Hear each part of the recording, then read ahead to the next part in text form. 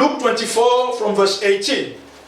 I want to talk about something, my brother, my sister, that I believe will be one of the answer to one of the problems that has been disturbing your life for a while. I will go a little bit up, verse 13, so that we can understand the story.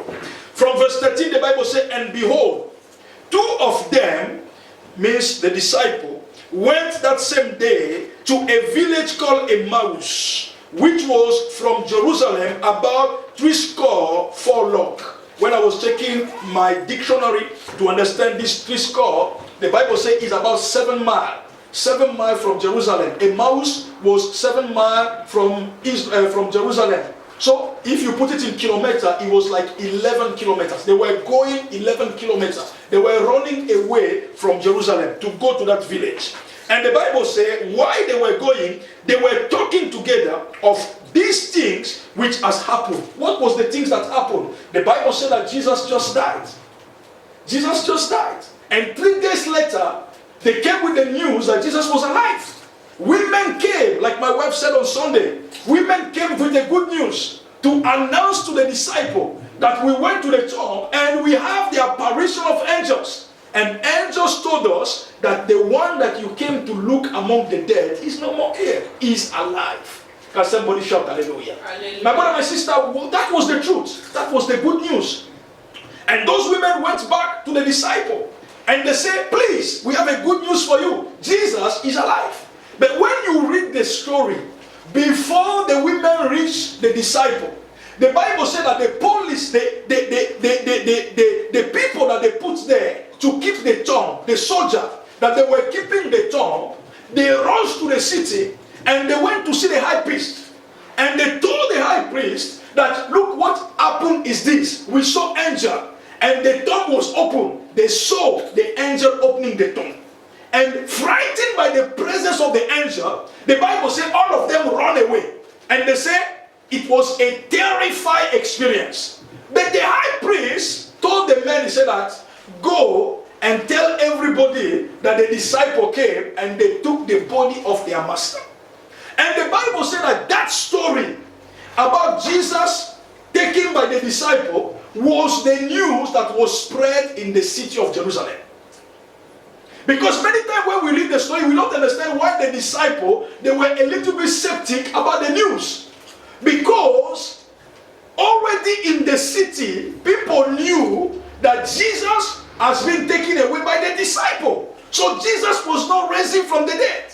So these two disciples, they were between the truth and the false narrative that was going outside. And because they were in doubt, they were in pain, they could not see the reality, they took their walk out of Jerusalem. Many times in our life, my brother, my sister, we like to listen to what other people are saying than listen to what the word of God declared.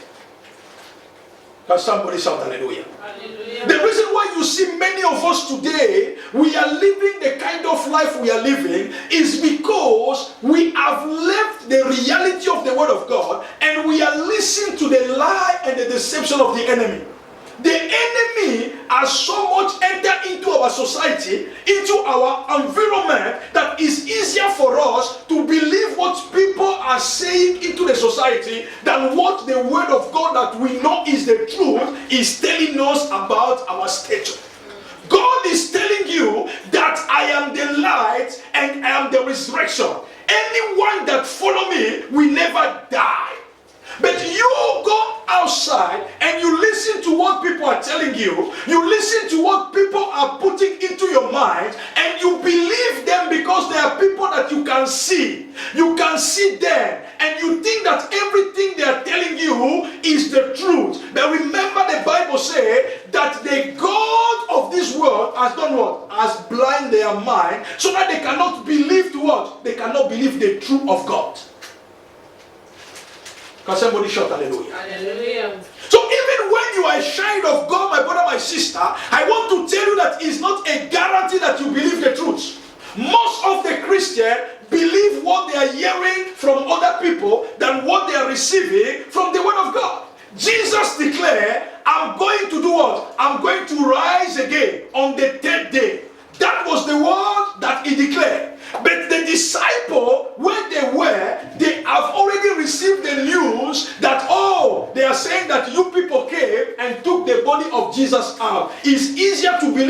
that you see than to believe the one that you don't see. Am I right? Amen. We believe to what people are telling us because we see them. We think that they have more experience than what we have into the Word of God. We believe everything they are telling us because the Word of God is spirit. We cannot see the Word of God.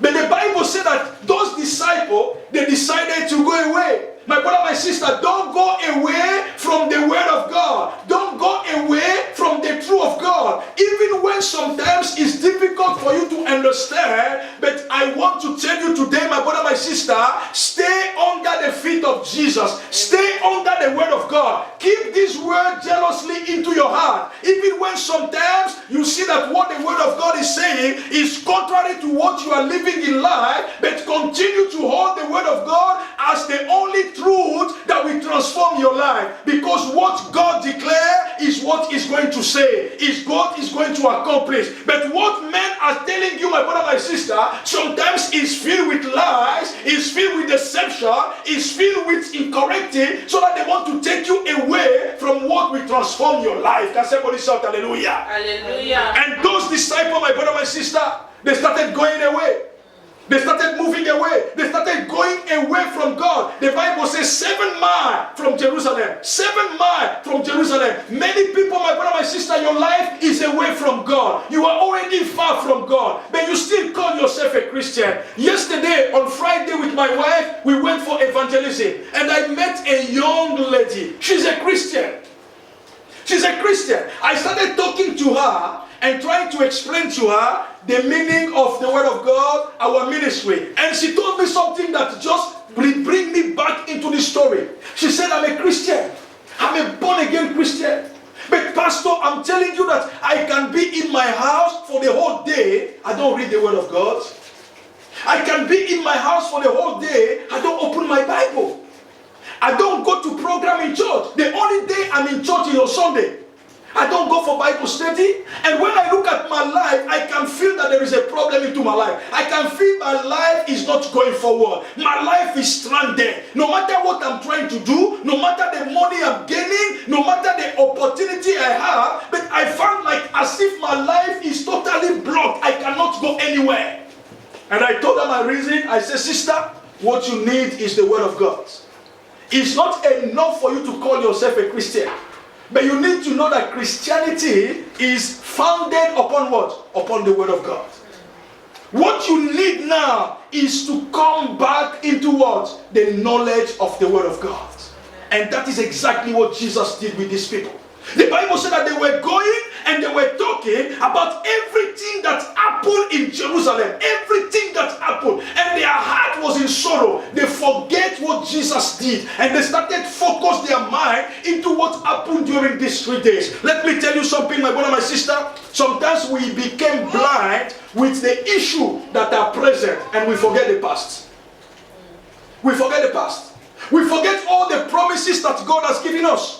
We forget everything that God has done for us. Sometimes we forget even the place where God has rescued us. We forget all the goodness of God. We forget how God has promised that He will always be with us. But when we are facing issue, our mind becomes so focused on the issue that we forget that God is greater than our problem.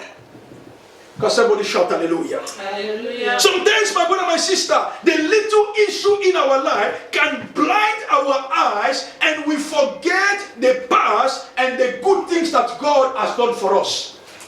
Those 2 disciples, they forget how Jesus was with them.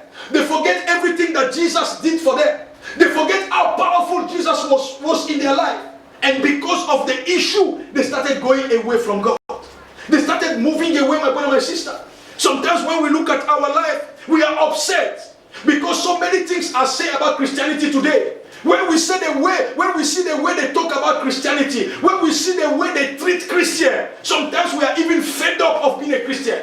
But do you know that your situation, my brother, my sister, is a test? Your situation in your life is a test that God has allowed to happen so that He can transform your destiny. Your problem, my brother, my sister, is for a testimony. Your issue in life is for a testimony. Everything that happened to you has been planned by God. There is nothing that happened to you by mistake. But sometimes we allow problems, issue, to make us think that God is not relevant to our situation. God is not more relevant to our problem. We forget that the God we serve, even when situations are wrong, but God is still the same. Even when problems are coming, God is still the same. Even when we are going into trial and persecution, God is still the same. Even when we are crying in our room and nobody is there to counsel, to comfort us, God is still the same. Even when we see that everything around us is falling, God is still the same. But God wants to see if you will remain with the word, you will remain with him, you will believe him, or you will believe the situation that is happening to you. Somebody shout hallelujah. Hallelujah. The Bible said they were upset. They were upset about everything they were saying about Jesus. They were upset because people were thinking that Jesus was a counterfeit. Jesus was a liar. Jesus was a deceiver. And they give head to everything people were saying about Jesus. And they decided to go away. They decided to go away. Their heart was sad. Their heart was filled with doubts. Their life was filled with a lot of questions. They didn't know where to find the answer. And they were moving away. My brother, my sister, many of us today, we are moving away from God. Because when we are facing issues, we are facing questions, we don't know where to turn for. Because whatever we ask to people, people will tell you, are you still a Christian? Are you still believing to those styles? Are you still believing to those stories? Nothing is true. Those are old stories. You have to live your life differently. You have to do things differently. Nothing is true in the Word of God today. You can succeed without God. You can achieve things without God. You can be someone without God. And they will give you example of people who are doing well without God. But remember, my brother, my sister, the Bible says, what seems good for a man, what seems good for a man, what seems right for a man, sometimes is the highway to what? To perdition and destruction. It's not everything that's glaring, everything that is gold, that is good. It's not the success of many people without God that will make you think that God is irrelevant to your life. But where are they heading their life? Can somebody shout hallelujah? Hallelujah. And the Bible said they were going and they were very sad, but they were going. They were going. My brother, my sister, we see many Christians. They know that the word of God is true, but they are going away. They don't come to church. They don't come to Bible study. They're a Christian. Many of us, my brother, my sister, little things has blind our eyes. Little things are blind our eyes. And the Bible says they were walking and Jesus came in their midst. You know, Jesus will always give you the chance to do what? To come back to him. Jesus will always give you the opportunity to reconcile with him. Jesus will give you always the opportunity to do what? To come back to him. And the Bible said that Jesus came in their midst, but they were not able to do what? To recognize him. They were not able to recognize that the dead person that was walking with them was Jesus. Hallelujah. They were not able to recognize the presence of Jesus. Christians who have been with Jesus will not recognize the word of God. You will not recognize the power of God. You will not recognize the anointing of God. You will not recognize the capacity of God over your life. Can somebody shout hallelujah? Hallelujah. The reason why many of us, we are suffering is not because God is not closer to us. It's because we are incapable to recognize when God is visiting us. When God said that we have 21 days of fasting and prayer, some people they will say, I have fasted for so many years. I've been fasting, pastor. I've been fasting 21. I've done 14. I have seen men of God. They have prayed for me. They have anointed me. They have put their hands upon me. So many men of God have received prophecies. Have received word from different men and women of God. But Lord, my life have never changed. Do you think that God is going to do in my life today? I want to tell you, my brother, my sister, that the time of visitation has come into your life in the mighty name of Jesus. Receive the time of visitation. Receive the time of visitation. There is a day God will visit you. There is a day that God will come in your life. There is a time where you will not expect God to touch you. It's the day He's going to transform your life. It's not according to your mind. It's not according to your business. It's not according to what you think. The Bible said the ways of God are not the ways of man. When God wants to visit you, He will not ask for your permission. When God wants to come into your life, He will God will not wait for you to be ready. God will come at any time. He will touch you at any time. He will transform your life at any time. But if you don't cling to the word of God, you will not recognize the time of visitation. I pray for you, my brother, my sister, that these 21 days, you will remember that God has visited your life in the mighty name of Jesus. Amen. When God visited Israel, all of them, they were waiting for the Messiah, but nobody knew to recognize that Jesus was the Messiah. Only Simeon, a man that was hot, a man that was losing his eyes, was the only one who carried a baby Jesus, and he said in his word, he said, now Lord, my eyes have seen the salvation that you have prepared for Israel. Can somebody shout hallelujah? Hallelujah. My prayer tonight is that your eyes and your mind will recognize the time that God has visited you in the name of Jesus. God will always visit his children. God will always visit his people. The Bible said that Daniel recognized through the scripture that God has already visited the children of Israel. It was a time of freedom, but nobody was aware. My prayer that you are not going to miss your time in the name of Jesus. This year 2019 shall be the year of your visitation in the mighty name of Jesus. Amen. This year 2019, the issue that have been disturbing your life, the Lord will turn it around in the mighty name of Jesus. Amen. Anything that have been disturbing you, my brother, my sister, the Lord is coming your way. The Lord is coming your way. The Lord is coming your way. You will not know, but I'm telling you, the Lord is coming your way. Amen. He will not come. The Bible says when the Lord comes, he's not coming like a king, carrying big things, like a president with multitude of people, so that you will know that the Lord has visited you. The Bible says he will come like a gentleman. He will come like a single man, like he came to Abraham. He was just a man, a visitor. Abraham was sitting before his house. He was waiting for the time of the promise of God to come. He never knew the time of visitation. But the Bible said that he saw 3 men coming. They were ordinary people. They were not dressed in power. They were not dressed with fanfare. They were not trumpet singing. They were not angels around God. But he knew that those 3 people, they were people that came from the throne of God. My brother, my sister, I pray that through the word of God, you will recognize the time of your visitation in the mighty name of Jesus. It's only through the word of God that you will know when God will visit you. Yes. Amen. It's not by your prayer or by your thing. No. The only way you will recognize the time of visitation is when you read the word of God. Many people have missed the time of visitation because they have been distracted by their problem. They have been distracted by their sorrow. They think that if they cry more, God will answer their prayer. They think that if they lament more, God will answer their prayer. The Bible says it was only when the children of Israel pray unto God that God remembered the promise he made to Abraham 400 years ago, that I will visit the people that have held your children captive. Can somebody shout hallelujah? Hallelujah. It's not the amount of your cry. It's not the amount of your misery. It's not the amount of your sorrow that will make God to visit you.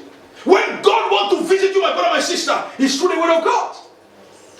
Many people have missed the time of visitation.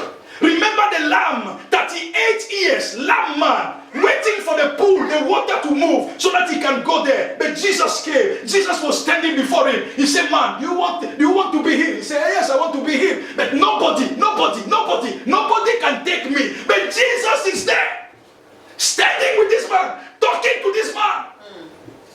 But his eyes was blind because he was focused on his problem. I have nobody who can take me to the water. When I see other people, they have their children, they have their wife, they have their husband. That's what we have in mind. We always think that my help will come from my husband. My help will come from my children. Let me take care of those children. When they will grow up, when I will be a elderly man, God will take care of me. Go to care of my brother, my sister. You will see people that have worked for their children for many years and never one day they have been visited by their children.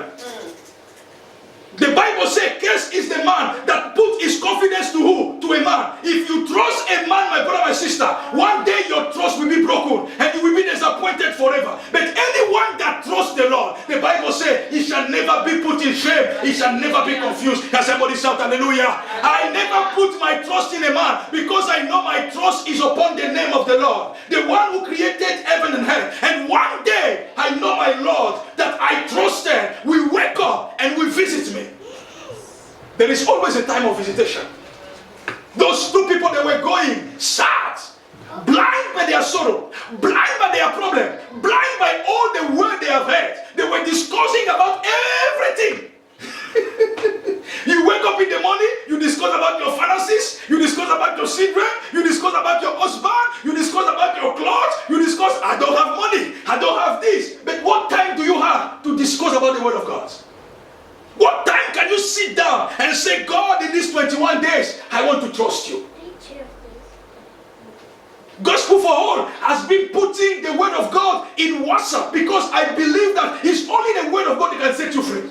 It's only the word of God, the encounter of the word of God, that will bring the visitation of God in your life. Not the pastor. Not the pastor. The word of God. The word of God. If you stay with the word of God, my brother, my sister, whatever what is happening to you, the word of God will see you through one day in the mighty name of Jesus. Amen. And the Bible said that when the world was in a problem, when the universe was in a problem, God never sent angel. He sent his words. He sent his word. The Bible said he sent his word, and his word did what? Healed them. God always sent his words to visit us. God always sent his word to heal our family.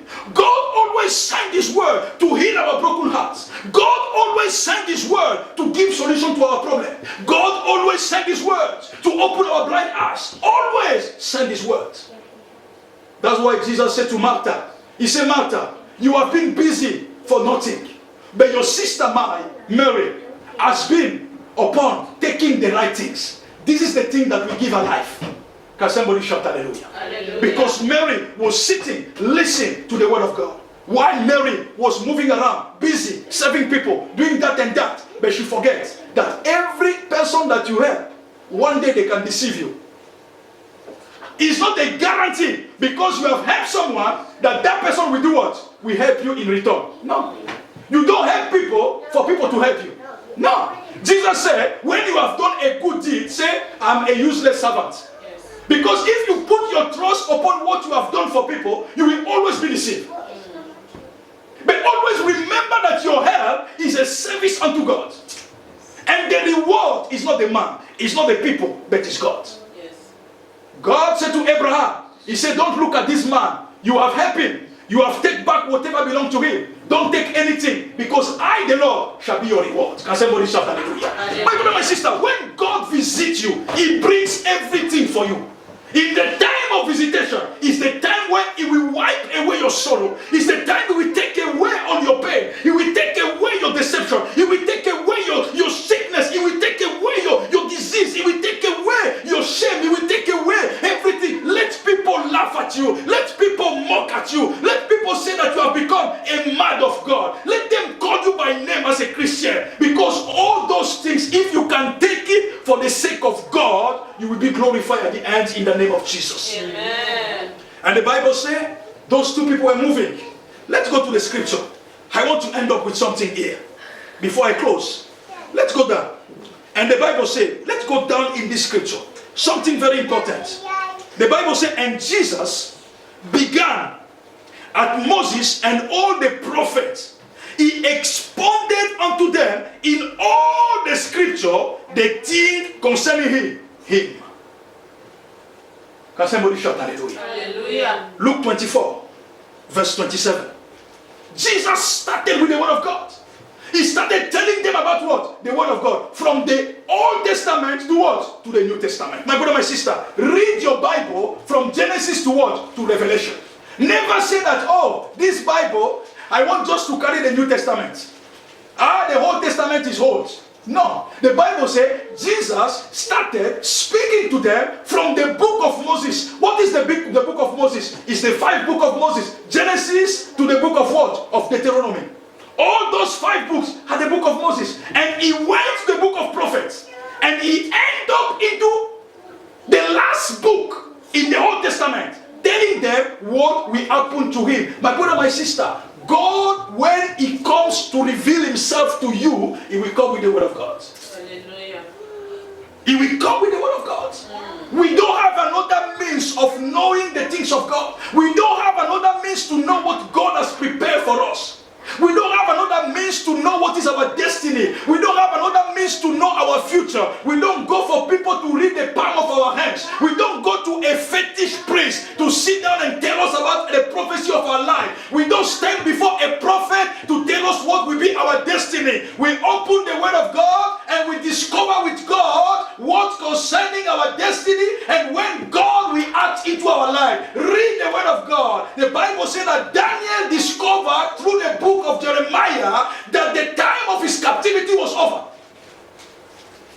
Can somebody shout hallelujah? Hallelujah. It's a personal relationship with the word of God. It's a personal relationship with Jesus. It's a personal relationship with God that makes you to go out of any issue that has been blinding your life. And finally, my brother, my sister, let's go down a little bit. I'm going to end up here. And the Bible said they were moving and they came to a place. It was evening and they sat down. They asked Jesus to stay. I love this part. The Bible says they carry him. They ask him, don't leave us, stay with us. My prayer in these 21 days, my brother, my sister, after being away from God for so many years, I want you to say today, Jesus, stay with me. Stay with me, God. Don't leave me alone. After telling me all these things that are wonderful that I forget, stay with me. Lord, let my mind remember that you are always with me. Let me from today know that my relationship with you will never be broken because of situation in my life. I will not abandon your words. I will not forsake your words. I want to stay with you. The Bible said they carried, they insisted, they asked him, they went on their knees. They said, God, please stay with us. Don't go. We want you to stay with us. Can somebody shout hallelujah? Hallelujah. Hallelujah. And Jesus was there. And the Bible said, verse 30. Luke 24, verse 30. I want to end up there. And the Bible said, it came to pass, as he sat at meat with them, he took the bread and blessed it and break it and give it to them. And 31. And their eyes were what? Open. I pray for you tonight. May your eyes be open in the name of Jesus. Amen. As we are breaking the bread tonight, may the Lord open your eyes in the name of Jesus. Amen. No more you will see your problem as a mountain. No more you will see your issue as impossible. But you will see the glory of God. You will see the covenant of God. You will see that with God, nothing is impossible. You will see that with God, I can do all things. You will see that the love of God will never leave you alone. You will know that God who started this good work in your life will make it perfect in the mighty name of Jesus. Amen. Your eyes will open to the glory of God. Your eyes will open to the mercy of God. Your eyes will open to the greatness of God. Amen. From now on, my brother, my sister, you will see that God is great. You will see that God can do it. You will see that God is mighty. Amen. You will see the wonders of God. You will never be stranded. You will never think about your problem. You will never think about the situation in your life. But you will always realize that the God I serve is a mighty God. The God that I follow is able to do abundantly, to do above all that I can think, all that I can imagine. With God I can do all things. Can somebody shout hallelujah? The Bible said their eyes was open when they break the bread. The power of the Holy Communion. Many people are blind. When I started this ministry, the Lord told me there is 4 services that you have to conduct every month and be faithful with it. Because I will show myself. The first one is the anointing service. The second one is the communion service. The third one is deliverance and healing. And the last one is the family blessing. I have seen God in action. Every time we take the Holy Communion, there are a new dimension of things that God do for us. There is something that God break in our hearts. What we thought impossible, God make it possible. Things that was difficult to imagine, God make it possible to imagine. Hallelujah. Every time we take the Holy Communion, my brother, my sister, we are not breaking an ordinary bread as a child of God. The Bible says, what is the relation between the breaking of the bread and the open of their eyes? Because God is the God of a covenant. It's a covenant. Every time you enter in a covenant with God, your dimension change, your level change. You don't see things like ordinary people. You see things in the eyes of God. You see the glory of God. You see the power of God. You see what God is able to do. And you say, with God as more than conquerors. With God, I can do all things.